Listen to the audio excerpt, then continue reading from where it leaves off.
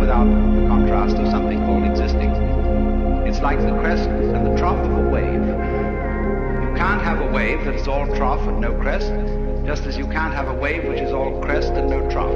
Such a thing has never been manifested in the physical universe. They go together.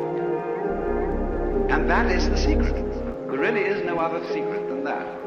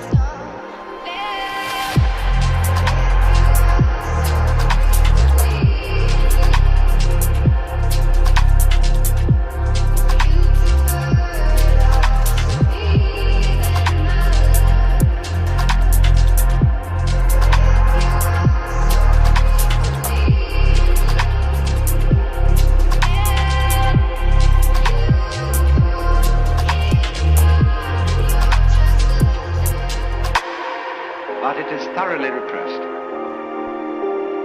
And therefore, we are all educated to feel that we've got to fight for the white because the black might win.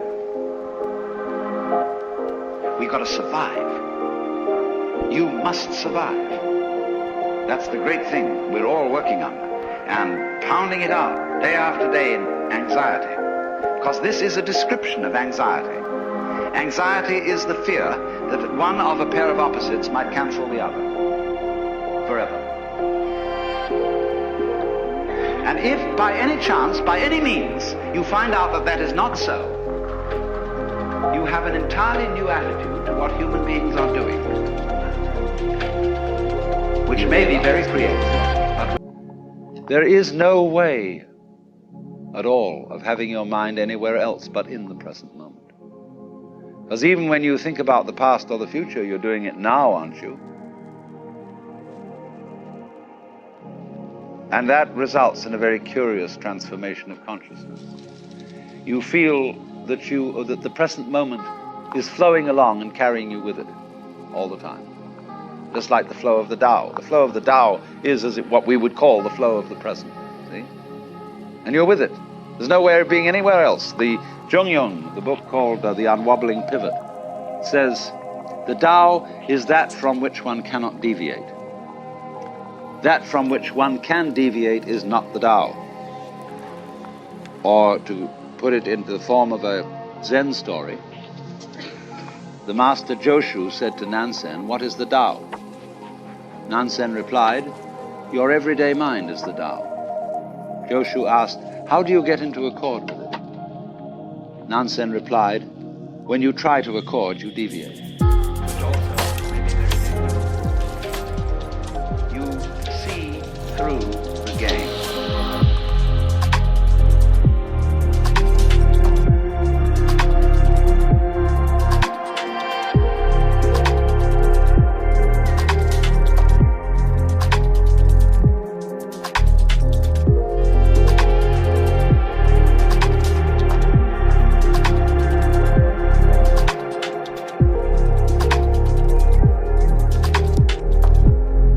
Now, you see, what is, let me speak specifically for a moment. I said the subject of this is LSD.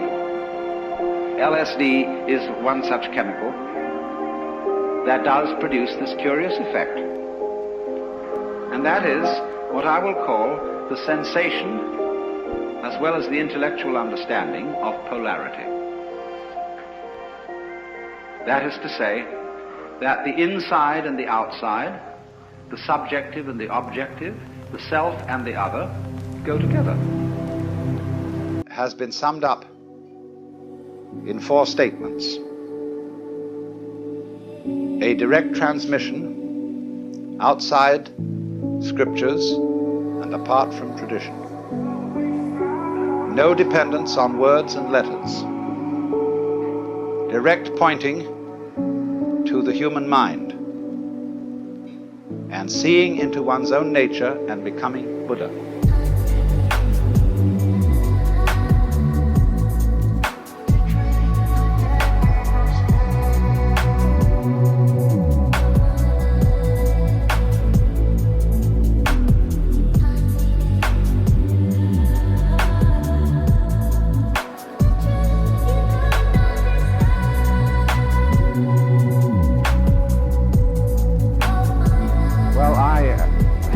Sort of suggestion, and that is this: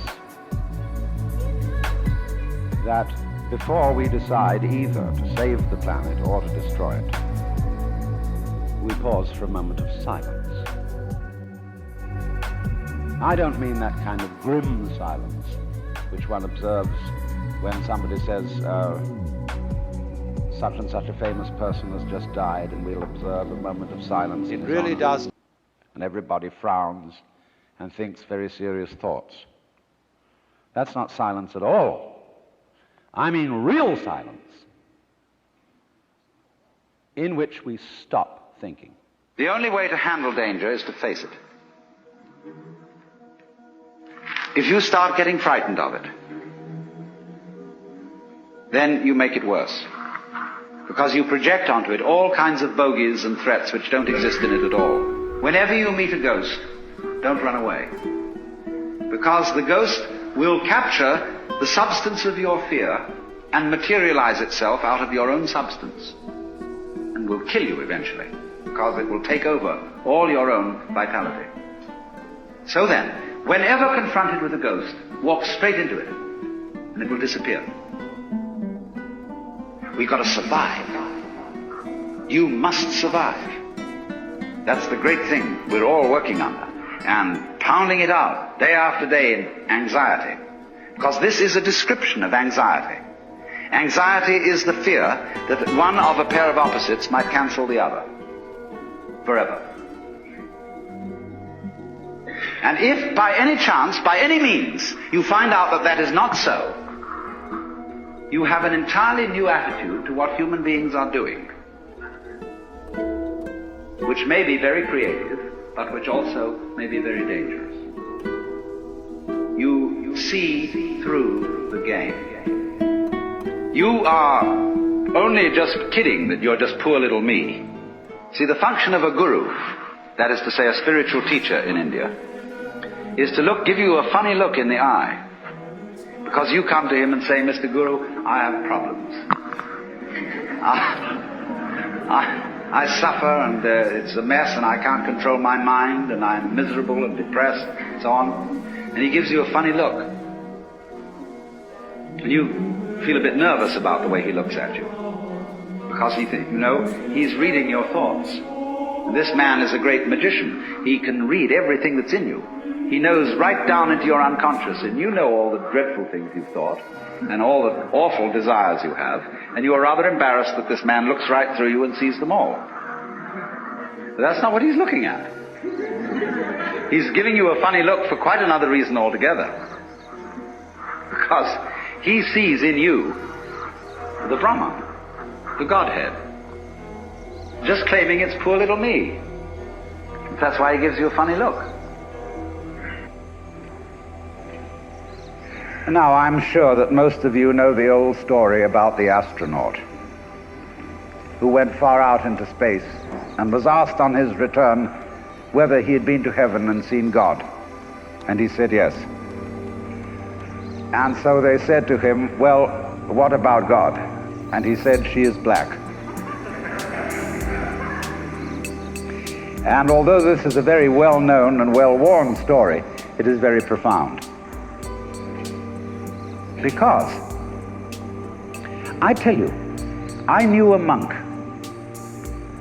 who started out in life as pretty much of an agnostic or an atheist, and then he began to read Henri Bergson, the French philosopher who proclaimed the vital force, the élan vital, and so on. And the more he read into this kind of philosophy, the more he saw that these people were really talking about God. And I've read a great deal of theological reasoning about the existence of God, and they all start out on this line. If you are intelligent and reasonable, you cannot be the product of a mechanical and meaningless universe. Figs do not grow on thistles. Grapes do not grow on thorns. And therefore, you, as an expression of the universe, as an aperture through which the universe is observing itself, cannot be a mere fluke. Because if this world peoples, as a tree brings forth fruit, then the universe itself, the energy which underlies it, what it's all about, the ground of being, as Paul Tillich called it, must be intelligent. Now, when you come to that conclusion, you must be very careful, because you may make an unwarranted jump. Namely, the jump to the conclusion that that intelligence, that marvelous designing power which produces all this, is the biblical God. Be careful. Because that God, contrary to his own commandments, is fashioned in the graven image of a paternal, authoritarian, beneficent tyrant of the ancient Near East.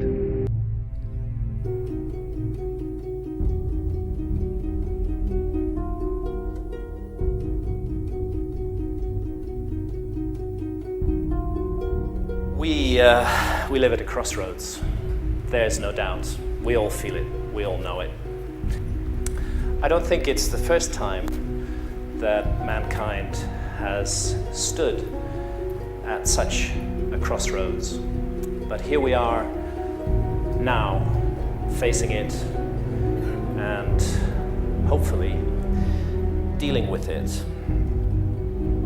I'm going to close with a reading from the Hermetica, from the Hermetic texts. Hermes was the Greek version of the ancient Egyptian god Thoth. The Romans knew him as Mercury.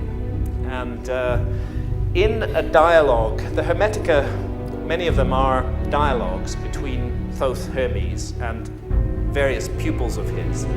And in one called the Asclepius, a lament is presented. And it's like a prophecy. It's a bit like the Mayan prophecy. Egypt seems to stand as a metaphor for the whole world in this. And to my mind, for the world in our time, this lament, this prophecy is speaking directly to us. So it's Hermes speaking, and he's saying to Asclepius this: "Do you know, Asclepius, that Egypt is an image of heaven? Or to speak more exactly, in Egypt, all the operations of the powers which rule and work in heaven are present in the earth below. In fact, it should be said that the whole cosmos dwells in this our land, as in a sanctuary. And yet, since it is fitting that wise men should have knowledge of all events before they come to pass, you must not be left in ignorance of what I will now tell you. There will come a time when it will have been in vain that Egyptians have honored the Godhead with heartfelt piety and service, and all our holy worship will be fruitless and ineffectual. The gods will return from earth to heaven. Egypt will be forsaken, and the land which was once the home of religion will be left desolate, bereft of the presence of its deities. O Egypt, Egypt, of thy religion nothing will remain but an empty tale, which thine own children in time to come will not believe. Nothing will be left but graven words, and only the stones will tell of thy piety. And in that day men will be weary of life, and they will cease to think the universe worthy of reverent wonder and worship. They will no longer love this world around us, this incomparable work of God, this glorious structure which he has built, this sum of good made up of many diverse forms, this instrument whereby the will of God operates in that which he has made, ungrudgingly favoring man's welfare, this combination and accumulation of all the manifold things that call forth the veneration, praise, and love of the beholder. Darkness will be preferred to light, and death will be thought more profitable than life. No one will raise his eyes to heaven. The pious will be deemed insane, the impious wise, the madman will be thought a brave man, and the wicked will be esteemed as good. As for the soul, and the belief that it is immortal by nature or may hope to attain to immortality, as I have taught you, all this they will mock, and even persuade themselves that it is false. No word of reverence or piety, no utterance worthy of heaven will be heard or believed. And so the gods will depart from mankind, a grievous thing, and only evil angels will remain, who will mingle with men and drive the poor wretches into all manner of reckless crime, into wars and robberies and frauds, and all things hostile to the nature of the soul.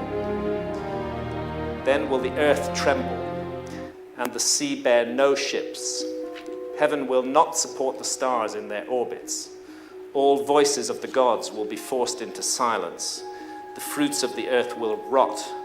The soil will turn barren, and the very air will sicken with sullen stagnation. All things will be disordered and awry. All good will disappear. But when all this has befallen Asclepius, then God, the creator of all things, will look on that which has come to pass, and will stop the disorder by the counterforce of his will, which is the good. He will call back to the right path those who have gone astray. He will cleanse the world of evil, washing it away with floods, burning it out with the fiercest fire, and expelling it with war and pestilence. And thus he will bring back his world to its former aspect, so that the cosmos will once more be deemed worthy of worship and wondering reverence. And God, the maker and maintainer of the mighty fabric, will be adored by the men of that day with continuous songs of praise and blessing. Such is the new birth of the cosmos. It is a making again of all things good, a holy and awe-inspiring restoration of all nature, and it is wrought inside the process of time by the eternal will of the Creator. I don't know whether we're going to face some terrible global catastrophe or not. I certainly hope not. I hope it will not come down to misery and horror, awful, awful things. There's enough of that in the world already. But I do remember what all the ancient texts say. There isn't a single flood myth, there isn't a single story of the destruction of past civilizations that don't implicate humanity in the story somewhere. Our own behavior, what we do, is part of what we're bringing down on the world right now. What we are manifesting in the world, that is what is coming towards us. We are the authors of this thing, and we can change the story if we want to change it. I firmly believe that. Are we looking at the traces of a forgotten episode in human history? I think so. I think that's what's going on here.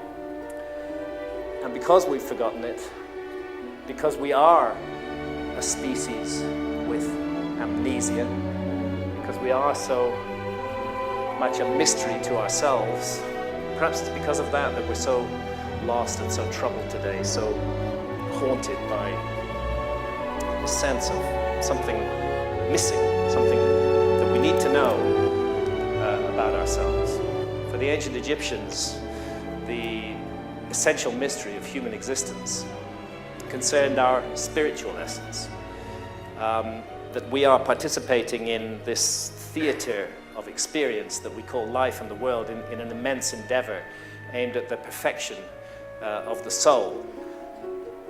I've talked with shamans in the Amazon, and when I've asked them, what do you think is the problem with the world? What's the problem with the West?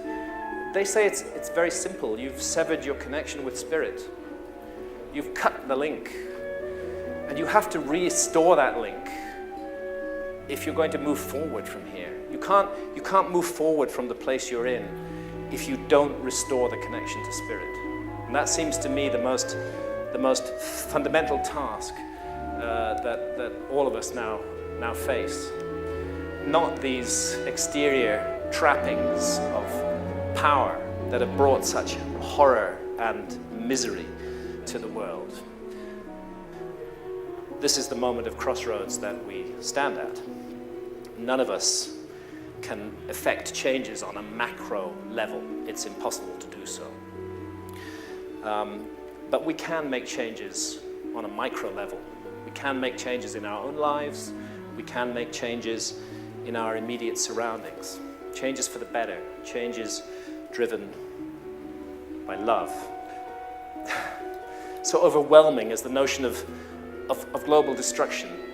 No, I can't stop that, but I can stop what I'm doing to contribute to it. And if we all do that, then I believe a huge change in consciousness will come, and the world can move on, and we can look forward to a future for our children and our children's children, and once again bring this bright, beautiful, jewel garden of a planet, bring it back to the place it should be in our lives.